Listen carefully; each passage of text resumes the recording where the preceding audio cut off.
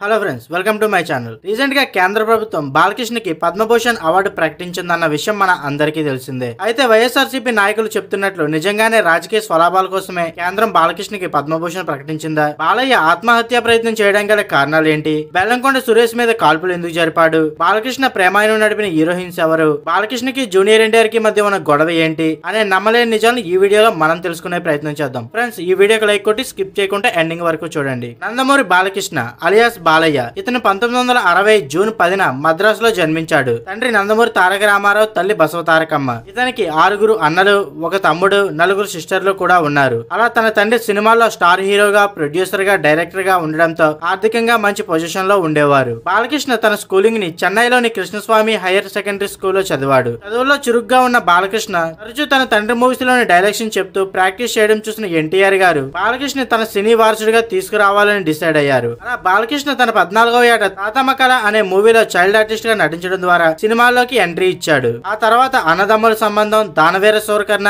అక్బర్ సలం అనార్కలి అని బాలకృష్ణ ఎన్టీఆర్ గారితో 23 సినిమాలో యాక్ట్ చేస్తూ మంచి గుర్తింపు పొందారు. కళ ఒకవైపు సినిమాలో యాక్ట్ చేస్తూనే మరోవైపు హైదరాబాద్ లోని నిజాం కాలేజీలో తన బీకామ్ డిగ్రీని పూర్తి చేశారు. అలా తన డిగ్రీ పూర్తవగానే బాలకృష్ణతో ఎన్టీఆర్ గారు తన కాంబినేషన్ లో కాకుండా సోలో హీరోగా ల్యాండ్ చేయాలని డిసైడ్ అయ్యి బాలకృష్ణ హీరోగా ల్యాండ్ చేసే ముందు తనకి పెళ్లి చేయాలని డిసైడ్ అయ్యారు. రామోజీరావు గారు చెప్పడంతో అన్ని విధాలుగా ఎన్టీఆర్ గారికి సరితూగే సంబంధం కావడంతో కాకినాడకు చెందిన సూర్యారావు గారి అమ్మాయి అయిన వసుంధరాదేవితో 1982లో బాలకృష్ణకి వసుంధరాదేవికి గ్రాండ్ గా పెళ్లి జరిపించగా వీరి అన్యోన్య సంసారానికి గుర్తుగా బ్రాహ్మిణి, తేజస్విని అనే అమ్మాయిలతో పాటు మోక్షజ్ఞ అనే కొడుకు కూడా పుట్టాడు. బాలకృష్ణ గారు హీరోగా ఫస్ట్ సాహసమే జీవితం అనే మూవీని చేయగా ఈ మూవీ 1984లో జనవరి 1న రిలీజ్ అయి సూపర్ హిట్ అయింది. ఆ తర్వాత డిస్కో కింగ్, జనని జన్మభూమి అనే మూవీస్ చేయగా అవి రిలీజ్ అయి ఒకే టాక్ తెచ్చుకున్నాయి. ఆ తర్వాత మంగమ్మ గారి మనవడు మూవీ రిలీజ్ అయి సూపర్ డూపర్ హిట్ అవడంతో బాలకృష్ణ గారికి జనాల్లో మంచి క్రేజ్ తీసుకొచ్చింది. కథానాయకుడు మూవీ టైంలో బాలకృష్ణ విజయశాంతిని కలవడంతో వీరిద్దరి మధ్య పరిచయం పెరిగి ఆ పరిచయం కాస్త స్నేహంగా మారి ఆ తర్వాత వీరిద్దరూ ప్రేమలో పడ్డారు. వీరిద్దరూ కలిసి వరుసగా పట్టాభిషేకం, దేశోద్ధారకుడు,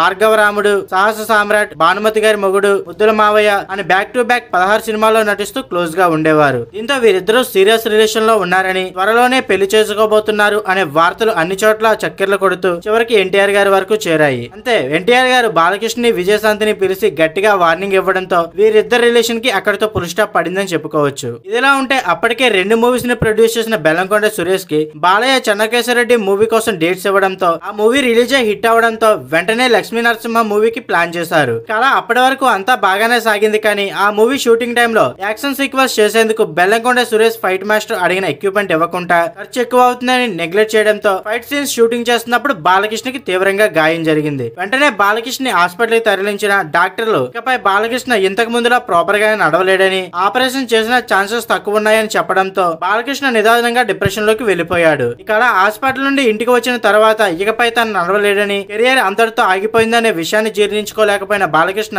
ఆత్మహత్యా ప్రయత్నం చేశాడని, తనని వెంటనే హాస్పిటల్లో చేర్పించడం వల్ల తన ప్రాణాలతో బయటపడ్డాడని తన బావ ఒక ఇంటర్వ్యూలో చెప్పుకొచ్చాడు. కళ రోజు రోజుకి డిప్రెషన్ లోకి వెళ్లిన బాలయ్య 2004 జూన్ 3న బెల్లంకొండ సురేష్ ని పార్టీ చేసుకుందామని పిలవగా బెల్లంకొండ సురేష్ తనతో పాటు సత్యనారాయణ అనే వ్యక్తిని పార్టీకి తీసుకువెళ్లాడు. పార్టీ స్టార్ట్ అయిన కొద్దిసేపటి వరకు అంతా బాగానే ఉంది గాని ఆ తర్వాత బాలకృష్ణకి బెల్లంకొండ సురేష్ కి మధ్య మాటా పెరిగి బాలకృష్ణ తన దగ్గర ఉన్న గన్నుతో బెల్లంకొండ సురేష్ మీద, సత్యనారాయణ మీద కాల్పులు జరిపాడు. అంతే, ఆ శబ్దానికి ఇంట్లో ఉన్న వారందరూ వచ్చి బాలకృష్ణ ఆపే ప్రయత్నం చేయగా ఆ ప్రయత్నంలో వసుంధరాదేవికి కూడా గాయాలయ్యాయి. ఆ తర్వాత వీళ్ళ నలుగురిని హాస్పిటల్లో చేర్పించారు. ఇక బెల్లంకొండ సురేష్ ఇచ్చిన కంప్లైంట్ ఆధారంగా బాలయ్యపై కేసు నమోదు చేసి కోర్టులో సబ్మిట్ చేయగా కోర్టు ఇతనికి 14 రోజుల రిమాండ్ విధించింది. కానీ బాలయ్య తనకున్న పలుకుబడితో జైలుకి వెళ్లకుండా తనను తాను రక్షించుకున్నాడు. అలా ఆ తర్వాత కొంతమంది రాజకీయ నాయకులు, సినిమా ఇండస్ట్రీలో ఉన్న పెద్దలు వీరిద్దరి మధ్య మీటింగ్ పెట్టి ఆ ఇద్దరి మధ్య ఉన్న గొడవని అంతటితో కాంప్రమైజ్ చేయించారు. దాంతో బెల్లంకొండ సురేష్ బాలయ్య మీద పెట్టే కంప్లైంట్ ని వెనక్కి తీసుకున్నాడు.